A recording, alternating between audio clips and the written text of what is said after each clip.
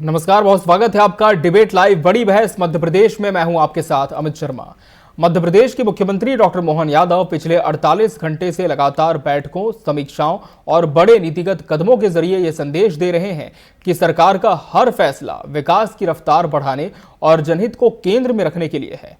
चाहे बात हो 8.57 लाख करोड़ के निवेश प्रस्तावों की मॉनिटरिंग की, जल निगम के अधूरे कार्यों को समय सीमा में पूरा कराने की, या सिंहस्थ को लेकर किसानों की बात सुनकर विवादित लैंड पुलिंग को रद्द करने की। आज की चर्चा इसी पर है कि क्या ये फैसले सिर्फ कागज की नीतियां हैं या वाकई बदली हुई नीयत का संकेत। देखिए ये report.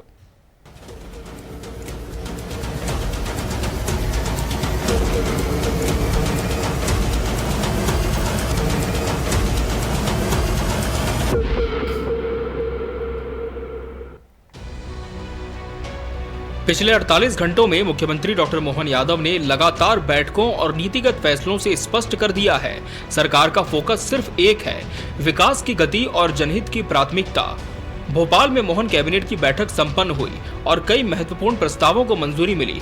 Deputy CM Rajendra Shukla ने बताया, एमपी टेक ग्रोथ कॉन्क्लेव में 15,000 करोड़ से अधिक के निवेश प्रस्ताव आए, जो 64,000 युवाओं के लिए रोजगार का रास्ता खोलेंगे। जनजातीय गौरव दिवस पूरे प्रदेश में उत्साह से मनाया गया। पन्ना जिले को हीरे का जीआई टैग मिलना प्रदेश के लिए बड़ी उपलब्धि बताया गया। लाडली बहनों को रोजगार से जोड़ने वाली नई योजना पर काम तेज करने के निर्देश दिए गए।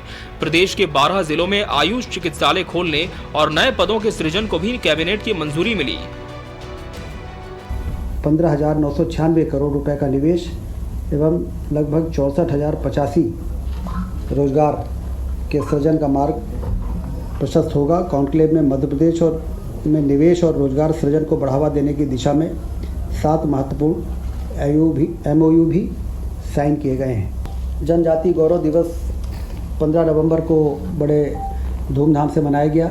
जबलपुर में जो सबसे प्रमुख कार्यक्रम था पूरे प्रदेश का, उसमें वर्चुअल माध्यम से प्रधानमंत्री जी जुड़े और उन्होंने संबोधित किया। 150वीं जयंती भगवान बिरसा मुंडा की बड़वानी, अलीराजपुर, जबलपुर में विशेष आयोजन हुए। बाकी पूरे प्रदेश के सभी जिलों में इसके आयोजन हुए और काफ़ी बढ़ चढ़ के लोगों ने इस कार्यक्रम को में हिस्सा लिया और इसको अभूतपूर्व सफलता मिली है। इनके अलावा ग्लोबल इन्वेस्टर समिट 2025 में मिले 30.77 लाख करोड़ के प्रस्तावों की मुख्यमंत्री ने विभागवार समीक्षा की। निर्देश साफ हैं, समय सीमाएं तय हों, प्रोजेक्ट जमीन पर दिखें और निवेशकों के साथ लगातार संवाद बना रहे। 8.57 लाख करोड़ के प्रस्तावों पर कार्य आरंभ हो चुका है और सरकार चाहती है कि नवंबर के अंत तक 2 से 2.5 लाख करोड़ के भूमि पूजन पूरे हों। यानी निर्णय भी तेज, नीति भी स्पष्ट और नियत भी विकास पक्षी। मुख्यमंत्री ने रोजगार वर्ष के समापन पर उन 7.85 लाख लोगों की सफलता को सामने लाने को कहा, जिन्हें सरकारी योजनाओं से रोजगार मिला।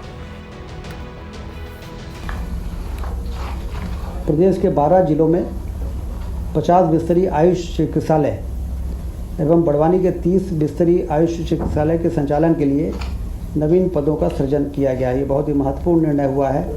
आयुष चिकित्सा को प्रोत्साहित करने के लिए, बढ़ावा देने के लिए अब भोपाल, इंदौर, नरसिंहपुर, मंडलेश्वर, बालाघाट, गुना, भिंड, सीहोर, पन्ना, श्योपुर, अमरकंटक, सुजालपुर में 50 बिस्तर के आयुष चिकित्सालय बनाए जाएंगे और बड़वानी के 30 बिस्तरी आयुष चिकित्सालय के संचालन के लिए 373 नवीन पदों का सृजन किया गया है। इसके साथ ही 806 मानव संसाधन सेवाएं ऑन कॉल हेतु स्वीकृत की गई हैं। इधर विपक्ष ने सरकार के निर्णयों, नीतियों और नियत पर सवाल और तेज कर दिए हैं। कांग्रेस प्रदेश अध्यक्ष जीतू पटवारी ने आरोप लगाया, सरकार जनता की समस्याओं से दूर है, फैसले कागजों में ज्यादा और जमीन पर कम दिखते हैं। उनका कहना है कि योजनाओं का शोर बहुत है, लेकिन किसानों, युवाओं और कर्मचारियों के असली मुद्दों पर सरकार चुप है। पटवारी ने सीधा सवाल उठाया, जनहित की नीति कहां है और जनता के भरोसे की रक्षा कौन करेगा।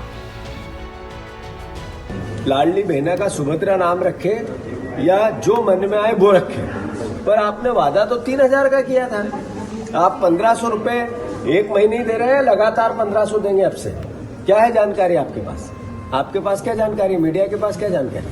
भाई तू जाने दो बहना, मैं 250 रुपए और बढ़ाऊंगा, वो भाई दूज तो कब की चली गई, ये तो अब मिल रहा है। तो कितना भरोसा करें इस मुख्यमंत्री की बात का, इनकी बात का कितना भरोसा हो भाई। तीसरी बात, आप फिर 1500 भी दे रहे हैं तो फिर 1500 तो आज भी चोरी कर रहे हैं। निर्णय तभी मजबूत, नीति तभी प्रभावी जब नियत साफ हो। सीएम मोहन यादव की लगातार बैठकों और फैसलों ने संदेश दिया है कि मध्य प्रदेश की राजनीति अब सिर्फ बयानबाजी से नहीं बल्कि निर्णयों की रफ्तार और विकास की दिशा से तय होगी। अब देखना होगा कि आने वाले महीनों में ये फैसले प्रदेश की जमीन पर कितनी नई कहानी लिखते हैं। Bureau report, TV 24 news.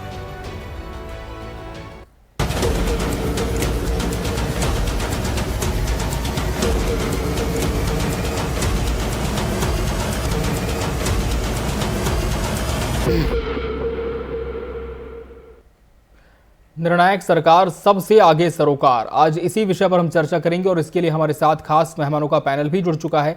हमारे साथ भाजपा प्रवक्ता डॉक्टर प्रेम व्यास जी जुड़े हैं। डॉक्टर प्रेम व्यास जी, बहुत स्वागत है आपका।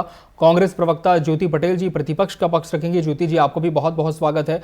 और वरिष्ठ पत्रकार संतोष चौधरी जी भी चर्चा का अहम हिस्सा है। संतोष जी, आपका भी बहुत बहुत स्वागत है। डॉक्टर प्रेम व्यास जी, लगातार कैबिनेट की बैठक होती है, कई फैसले सरकार दावा करती है कि जन सरोकार के लिए गए हैं। आज भी मंगलवार की कैबिनेट की बैठक में कुछ ऐसा ही हुआ। लेकिन दूसरी तरफ डॉक्टर प्रेम व्यास जी, कांग्रेस ये कह रही है कि आप केवल नीतियां तो बना रहे हैं लेकिन जनहित की नीति कहां है, क्योंकि स्पष्ट तौर पर उनका कहना है कि केवल आप घोषणाएं करते हैं, वादे करते हैं और फिर भूल जाते हैं। क्योंकि मुझे लगता है अमित जी, जिस तरह की कलाबाजी आदरणीय जीतू पटवारी जी दिखा रहे हैं, उसी का तो कारण है कि एक असफल नेतृत्व और असफल नेतृत्वकर्ता के रूप में कांग्रेस के कार्यकर्ता उनको सिद्ध कर चुके हैं। दूसरी तरफ देखिए, आज अगर नीति और नियम साफ है तभी तो परिणामों परिवर्तित हो रहा है। 48 घंटे में बैठके लेकर अगर फैसला लिया जा रहा है तो मुझे लगता है कि आदरणीय जीतू पटवारी जी को पहले इस पे चिंतन और मनन करना चाहिए कि आपके राज्यों में क्या परिस्थिति है। और मध्य प्रदेश में आज 48 घंटों में जिस तरह से फैसले लिए जा रहे हैं, 15,000 करोड़ के निवेश प्रस्ताव, लगभग 64,000 युवाओं के लिए रोजगार का जो मार्ग प्रशस्त होगा, मुझे लगता है कांग्रेस को युवाओं से ना तो मतलब है, ना निवेश नीति से मतलब है, क्योंकि इनके लिए तो सब चीजें इवेंट हो जाती ना। अगर कुंभ होगा तो इवेंट, संसद भवन का होगा तो इवेंट, जीएसटी सेशन होगा तो इवेंट, मध्य प्रदेश में निवेश प्रस्ताव होंगे तो इवेंट। लेकिन आज इवेंट से निकलकर मुझे लगता है जिस तरह के आज आंकड़े प्रस्तुत किए गए, लगभग 8 लाख करोड़ से ज्यादा के निवेश जिन उद्योगों ने किए, जहां तो धरातल पर है। हम योजना बना रहे सटीक मार्गदर्शन के साथ में कि लगभग 1 महीने के अंदर 2.5 लाख करोड़ के निवेश प्रस्ताव किस तरह से धरातल पर आएंगे और किस तरह से एक साथ उनका भूमि पूजन होगा। तो मुझे लगता है एक तरफ वो सरकार है जो स्पष्ट नीति और नियम के साथ में नेतृत्व कर रही है, जिसके परिणाम धरातल पर दिख रहे हैं। और दूसरी तरफ वो विपक्ष है जिसको युवाओं से मतलब नहीं है, जिसको सिर्फ विरोध से मतलब है। तो जो विरोध की राजनीति करना चाहते हैं, या तो वे अपने राज्यों का उदाहरण दे या कमलनाथ जी के समय का उदाहरण दे जब वे दुबई गए थे और जिस तरह से वहां से खाली हाथ लौट कर आए थे। आज लगभग 5,000 करोड़ रुपए तो 11,000 युवाओं को दिया गया है। एमएसएमई सेक्टर्स को बढ़ावा देने के लिए जीआई टैग तक किए गए। जल निगम में 25वीं बैठक हो चुकी है। तो हमारी सरकार ने आदरणीय डॉक्टर मुख्यमंत्री यादव जी के नेतृत्व में जिस तरह से प्रोजेक्ट्स और इक्विटी तय करी है, मुझे लगता है कि इसको निश्चित रूप से देखने की आवश्यकता है। 7.85 लाख लोगों को रोजगार पिछले बार की तुलना में मिला है। और लाडली बहनों के लिए हमने राशि जिस तरह से बढ़ाई है, आपने तो उस समय कहा था ना देंगे, लेकिन आपने विश्वास नहीं करा, क्योंकि जनता जानती कि आप जिन राज्यों में वहां पर आज घोषणा और छलावा करते हैं और वही भारतीय जनता पार्टी जहां वादा करती है क्रेडिबिलिटी के साथ में उन वादों को पूरा करती है। इसीलिए मुझे लगता है चाहे ये जीआई टैग की बात हो, पन्ना को लेकर आपने पूर्व में जो है उपहास उड़ाने का प्रयास करा था पन्ना का, और आज देखिए जीआई टैग से वहां पर जो है रोजगार भी प्रदत्त होगा। आज पन्ना का नाम पूरे विश्व भर में प्रसिद्ध होगा। तो मुझे लगता है एक तरफ वो सरकार है जो स्पष्टता के साथ में कार्य कर रही और दूसरी तरफ वो विपक्ष है जो सिर्फ आरोप की राजनीति कर रहा है। ठीक है, ज्योति जी से जवाब ले लेते हैं। ज्योति जी, क्या केवल आरोपों की राजनीति करने के लिए कांग्रेस के आरोप हैं? क्योंकि ज्योति जी, आज की बैठक में तो मुख्यमंत्री ने यह भी कहा कि रोजगार की जिस तरह से बात होती है तो सरकारी योजनाओं के माध्यम से जितने रोजगार प्रदेश में दिए गए हैं अब तो उनका डेटा भी सार्वजनिक किया जाएगा। तो अब किस बात का संशय कांग्रेस को है? देखिए, सबसे पहले तो नमस्कार हमारे वरिष्ठ पत्रकार आदरणीय संतोष चौधरी जी को, हमारे को पैनलिस्ट डॉक्टर प्रेम व्यास जी को और हमारे एंकर अमित शर्मा जी को, सभी दर्शकों को नमस्कार मेरा मैम। बहुत बहुत नमस्कार। जी। देखिए आज मैं डॉक्टर प्रेम व्यास जी से ये कहना चाहूंगी कि जो कांग्रेस पार्टी विरोध करती है जी। और विरोध सही करती है या गलत करती है, इस पर आपकी पार्टी ने ही मुहर लगा दी है, सरकार ने ही मुहर लगा दी है। जी। वो विरोध जो लैंड पूलिंग एक्ट के समय पे, जब लैंड पूलिंग एक्ट आपके सरकार के द्वारा जो एक काला कानून लाया गया था और कांग्रेस ने विरोध किया, वहां के उज्जैन के किसानों ने विरोध किया, सड़कों पर विरोध किया, हमने मीडिया के सामने विरोध किया, संघर्ष किया, विधानसभा में विरोध किया। उसका परिणाम ये हुआ कि आज आपकी सरकार को उल्टे पांव वापस लौटना पड़ा और वो निर्णय वापस लेना पड़ा। इससे साफ ये जाहिर है कि जो कांग्रेस मुद्दे उठाती है वो बहुत सही मुद्दे हैं और जनता के हित में मुद्दे उठाती है। और मैं सभी किसान भाइयों को भी बधाई देना चाहूंगी, उज्जैन के किसान भाइयों को, कि आज किसान भाइयों की जीत हुई, कांग्रेस पार्टी की जीत हुई। और रही बात आपकी जो ग्लोबल इन्वेस्टर समिट की, तो आप ये बताइए कि आप ये क्यों भूल जाते हैं कि आपकी सरकार लगातार 22-23 सालों से मध्य प्रदेश के अंदर, यदि माननीय कमलनाथ जी का 1 साल का कार्यकाल छोड़ दे तो लगातार आपकी 20-22 सालों से सरकार है।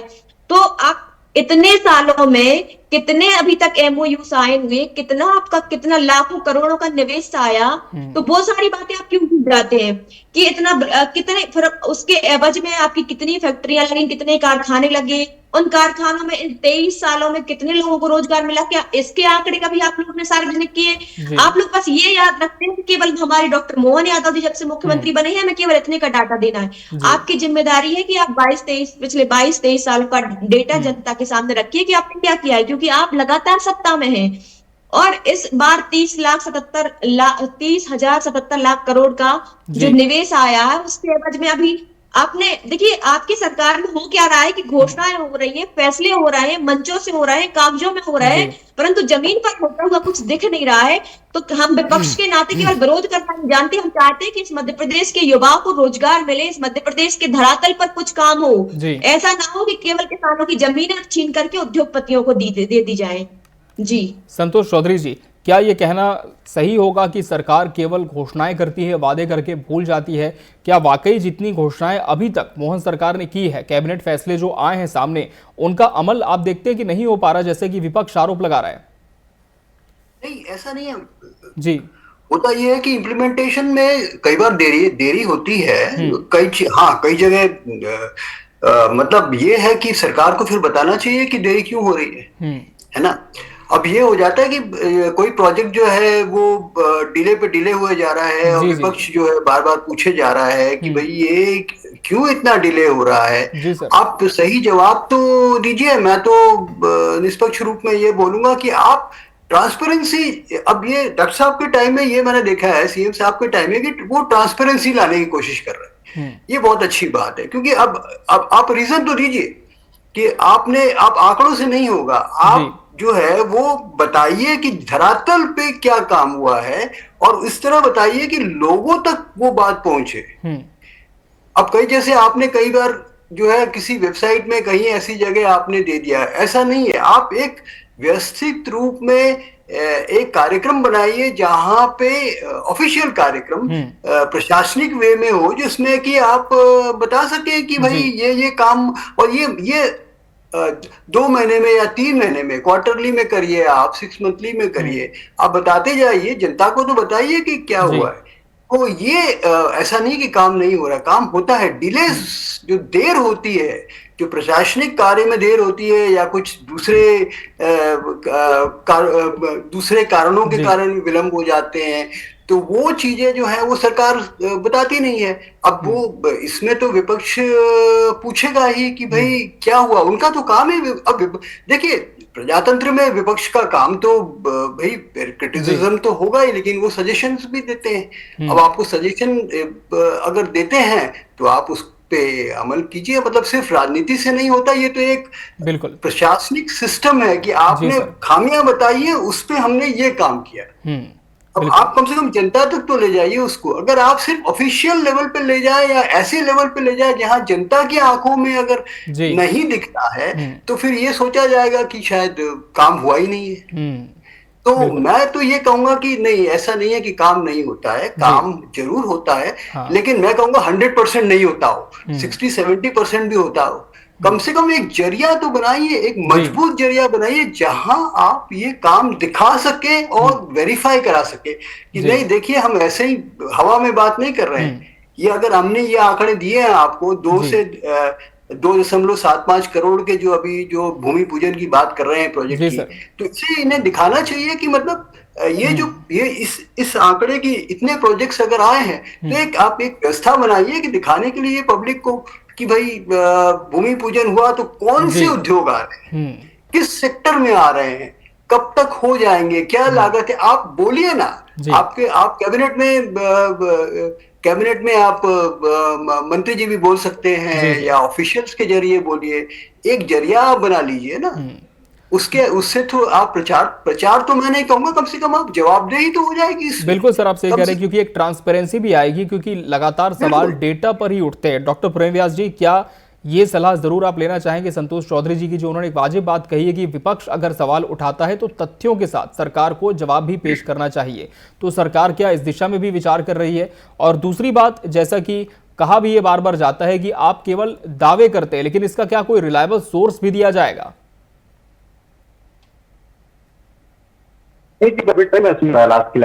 डॉक्टर प्रेम व्यास जी, जिस तरह से विपक्ष लगातार आरोप लगाता है कि आप इतने वादे करते हैं लेकिन जमीन पर कितना अमल हुआ, तो क्या सरकार इस दिशा में भी विचार कर रही है कि कोई आंकड़े तथ्यों के साथ पेश किए जाएं जवाब के तौर पर? देखिए, निश्चित रूप से अमित जी, जिस तरह से हमने कार्य करा, इन्होंने पूछा 23 साल में, 23 साल पहले 2003 में उद्योग की दर क्या थी, माइनस में चले गई थी। आज लगभग 22-23% के साथ तो उसको अप्रूव किया जा रहा है। और जिस तरह से आज लगभग आप बजट की स्थिति देखिए हमारी, उसमें 11% की ग्रोथ हो रही है, तो क्या ओवरऑल ग्रोथ नहीं हो रही है? इंफ्रास्ट्रक्चर में हम जिस तरह से आज लगभग 1 लाख किलोमीटर से ज्यादा की सड़कें, आज ग्रामीण अंचलों की सड़कों की स्थिति देखिए, पानी की स्थिति देखिए, उसके बाद तो संभव हो पाएगा कि उद्योग यहाँ पर आएंगे। आज अगर मुख्यमंत्री जी स्वयं खड़े होकर कह रहे हैं कि लगभग 7.85 लाख रोजगारों को सर्जन हुआ है, 5,000 करोड़ रुपए तो और रिकॉर्ड है, कोई भी जाकर देख सकता है कि 11,000 युवाओं को हमने दिए हैं कि नहीं। उसके बाद सीखो कमाओ योजना के तहत लगभग 40,000 करोड़ रुपए दिए और 21,000 युवाओं को उसके लिए प्रेरित किया गया था। तो मुझे लगता है जिस तरह के कार्य किए गए थे आज वो धरातल पर है, और स्पष्ट और नीति निर्माण के साथ में हम अभी भी ये तय कर रहे हैं। आज अगर मुख्यमंत्री जी इस विषय की चिंता कर रहे हैं कि लगभग 2 माह में 2.25 लाख करोड़ के आसपास के जो निवेश प्रस्ताव आए थे वो धरातल पर हो, और मुझे लगता है सब चीजें धरातल पर है। उज्जैन विक्रमपुरी औद्योगिक डेयरी प्लांट का जो प्रस्ताव आया था उसका कार्य प्रारंभ हो चुका है। एशियन पेंट्स का 1500 करोड़ का कार्य चल रहा है। कामाख्या लॉजिस्टिक पार्क का 750 करोड़ का कार्य चल रहा है। 1500 करोड़ का आईटी पार्क का कार्य चल रहा है। पाइप कंपनी 150 करोड़ का प्रस्ताव जो लाए थे उसका काम चल रहा है। सुवासरा में इंडस्ट्रियल पार्क का कार्य चल रहा है। मंदसौर में जो आईटी पार्क का कार्य वो प्रारंभ हो चुका है। उज्जैन में आईटी पार्क का कार्य चल रहा है। देवास और पीथमपुर में नया लैंडबेक एरिया दे रहे हैं। पीथमपुर सेक्टर्स का नया लैंडबेक एरिया दे रहे हैं। तो मुझे लगता है कि अगर जो देखना चाहता है वो खुली दृष्टि से वो प्रदेश की जनता के हित के लिए, युवाओं के हित के लिए कार्य करना चाहता है, निश्चित रूप से उसको प्रदर्शित होगा। पर विपक्ष सिर्फ आरोप लगाना चाहता है, इसीलिए मैंने इतने सारे चीजें बताइए विपक्ष का एक भी नेता इन किसी जगह पर पहुंचा हो, यहाँ पर किसी तरह के कार्य में कोई खामी दिखी हो, उसको जनता के मध्य में लाए हो? नहीं ना। जब जीआई टैग की बात करेंगे तो ये पन्ना को जो है बदनाम करने का कार्य करेंगे। जब हम पीएम मित्र पार्क आदरणीय प्रधानमंत्री जी ने उसको प्रारंभ करा, वहां से किस तरह से रोजगार होगा, क्लॉथिंग को लेकर किस तरह से कार्य किया जाएगा, और बनाने से, फैक्ट्री से लेकर, फैशन से लेकर एक ही जगह पे किस तरह से तैयार होगा। इथेनॉल को लेकर हमने किसानों के लिए जो है गन्ने का उपयोग भी प्रारंभ कर दिया है। पहले सिर्फ मक्का का प्रयोग होता था। तो निश्चित तौर पर हमने हर सेक्टर में कार्य करा, और आज हम इस परिस्थिति में है कि विपक्ष अगर कोई प्रश्न करता है तो निश्चित रूप से उसको जवाब दिया जा सकता है। 1 लाख के आसपास गवर्नमेंट जॉब्स की बात है, ठीक है, जवाब ले ज्योति पटेल जी, सरकार तो कह रही है हम तो भाई आंकड़े भी देते हैं, तो क्या अब ये साबित हो पाएगा कि सरकार के जो आंकड़े हो रहे हैं विपक्ष के भी जो तालुके से मेल खाए और इन पर एतबार किया जाए? देखिए, इसका तो जवाब हमारे प्रदेश के युवा ही दे सकते हैं कि आप ये बताइए कि आपने अभी जो पिछले बार ग्लोबल इन्वेस्टर समिट किया था भोपाल में, बाहर से बहुत सारे निवेशक बुलाए थे, उसमें 82 करोड़ का जो जनता के टैक्स के पैसे हैं उसके 82 करोड़ रुपए आपने पानी की तरह बहा दिए थे। और आप जो बहुत सारे आंकड़े दे रहे हैं उसमें जनता का पैसा लग रहा है, जनता का पैसा खर्च हो रहा है, परंतु आप मुझे मैं बार बार वही कह रही हूँ कि आप इस साल का तो आप डेटा बता रहे हैं कि हाँ हमने इतने उद्योग लग रहा है, इतने, हर बार ये बताते हैं कि इतने उद्योग लग गए, ये आईटी पार्क लग गया है, यहाँ पे ये फैक्ट्री लग गई, ये कारखाने लग रहे हैं। परंतु आप इतने 23 साल से लंबे समय से इस प्रदेश के अंदर सत्ता में हैं, आपने अभी तक कितने युवाओं को रोजगार दिया, इसके कोई आंकड़े आपको नहीं है। ये 30 लाख करोड़ का जो ग्लोबल इन्वेस्टर समिट में निवेश आया था, उसमें ये माना जा रहा था कि 17 लाख कम से कम रोजगार का सृजन होगा, परंतु अभी तक कुछ होता हुआ ऐसा दिख है नहीं रहा।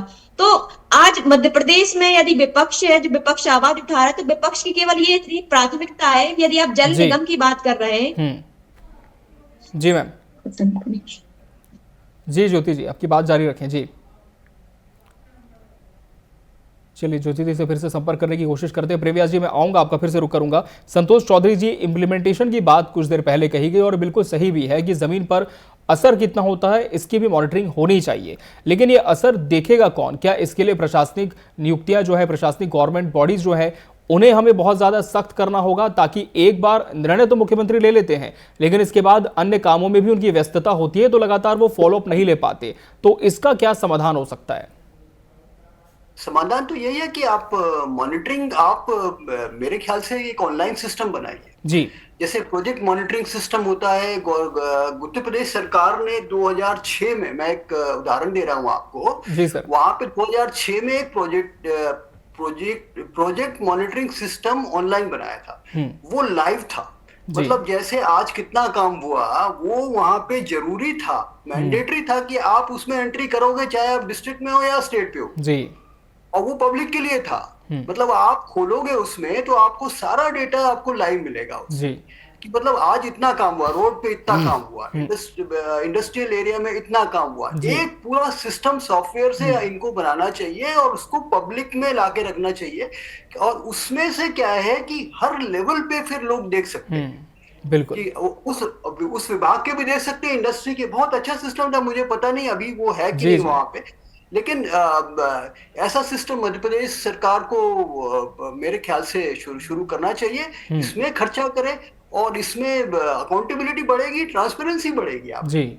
उसके बाद उसका अपोजिशन भी देखे उसको, उसके बाद उसमें वो क्वेश्चन करे कि आपने ये जो आज बोला है, इस फलाना डेट में आपने इतना कार्य बोल दिया, इसका आप वेरिफिकेशन करिए, बताइए कि ये मतलब ये सही में हुआ है कि नहीं, हम कैसे जानकारी लें। ये विधानसभा में भी बहुत बढ़िया हो जाएगा। बिल्कुल, प्रश्नों के लिए हो जाएगा कि आपने तो ये प्रोजेक्ट यहाँ, और उसमें आंकड़े इधर उधर नहीं हो सकते, आपने तो ऑनलाइन डाले हुए पब्लिक के लिए जी, और सॉफ्टवेयर से आपने वेबसाइट में कनेक्ट कर दिया आपने। जब यूपी गवर्नमेंट कर सकती है, मतलब वहां तो बहुत बढ़िया सिस्टम था, ये मेरे ख्याल से अभी भी होगा वहां पे। तो दूसरे राज्यों से भी आप सीख सकते हैं, कुछ और राज्यों में शायद हो रहा हो, वहां से आप सिस्टम ले लीजिए जी, वहां से आप इस सिस्टम को, क्योंकि दूसरा कोई तरीका नहीं है नीचे। क्योंकि क्या होगा कि ऑफिशियल मॉनिटरिंग में क्या होता है, मैं आपको ब्यूरोक्रेसी में बताता हूँ जी, कि इतने साल ब्यूरोक्रेसी में भी रहा, मतलब कवर किया मैंने। अब देखिए, आईएएस ऑफिसर्स को भी उन्हें भी तकलीफ होती है कि मतलब जैसे आप अब डाउन द लाइन जब वो प्रोजेक्ट की मॉनिटरिंग को जब इम्प्लीमेंट करने की वो कोशिश करते हैं, तो कई एरियाज ऐसे होते हैं जहां असंभव होता है। मतलब वो नहीं जान सकते कि यहाँ क्या हो रहा है, क्योंकि उनको जो ऑफिशियल्स जो बोल रहे हैं वो इस तरह से जो है, उस तरह से उनको खबरें मिलती हैं उसके हिसाब से, और राइटिंग में मिलती है उस हिसाब से चलते हैं। आपको एक बहुत ही अच्छा उदाहरण देता हूँ कि एक मैं पर्सनल व्यक्तिगत आपको बताता हूँ कि बहुत सीनियर आईएएस ऑफिसर थे। अमित जी, आपके पास समय है थोड़ा? बिल्कुल आपकी बात रखें जी सर। एक सीनियर आईएएस ऑफिसर थे, वो मुझे किसी पार्टी में मिले जी, और उन्होंने बोला कि संतोष जी, एक प्रश्न पूछना चाहता हूँ। मैंने कहा पूछिए। तो वो कहते हैं कि फलाना कलेक्टर हैं जी, मैं नाम किसी का भी नहीं लूंगा जी, डिस्ट्रिक्ट में है, वो हैं, और उनकी आपके पास क्या रिपोर्ट है?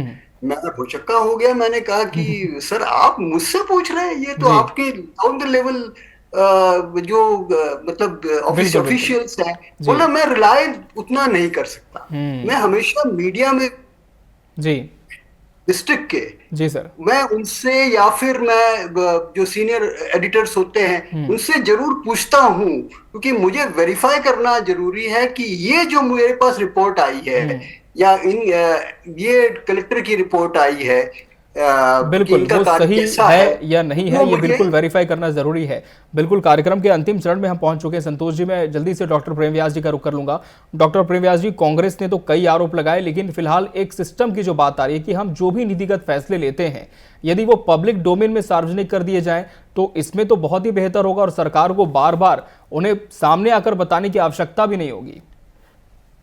देखिए अमित जी, कई सारी चीजें जो है पब्लिक डोमेन में है। दूसरी जी। तरफ है कि हमने तो निवेशकों के लिए भी एक सिंगल विंडो सिस्टम लागू करा है, ताकि अगर निवेशकों को किसी तरह की समस्या आती तो सिंगल विंडो सिस्टम को डायरेक्ट जिलाधीशों के माध्यम से वो आने वाली समस्याओं का निराकरण कर पाए। तो निश्चित रूप से सरलीकरण किया गया है, स्पष्टीकरण किया गया है और हमारी सरकार तो निरंतर जो सुधारात्मक प्रक्रियाएं होती, प्रणाली होती है, उस पर निरंतर आगे बढ़ती है। इसीलिए आज मुख्यमंत्री जी ने स्वयं संज्ञान लेते हुए 48 घंटे में निर्णय लिया। मुझे लगता है आने वाले समय में, जैसा वरिष्ठ पत्रकार महोदय कह रहे हैं, हम स्पष्ट रूप से इसको लागू करने का कार्य करेंगे, ताकि जनता के मध्य में जो लोग विसंगतियां फैलाने का कार्य करते हैं, निश्चित रूप से उसको दूर किया जा सके। बिल्कुल, और कहीं ना कहीं प्रयास यही भी होना चाहिए कि सार्वजनिक तौर पर सारी चीजें हों और अगर कहीं पर कमी है तो उसे भी देखकर सुधारने की कोशिश हमेशा बनी रहती है।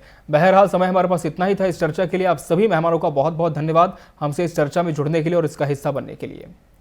इसी के साथ बड़ी बहस डिबेट लाइव मध्य प्रदेश में आज के लिए फिलहाल इतना ही। मुझे और पूरी टीम को दीजिए इजाजत। नमस्कार।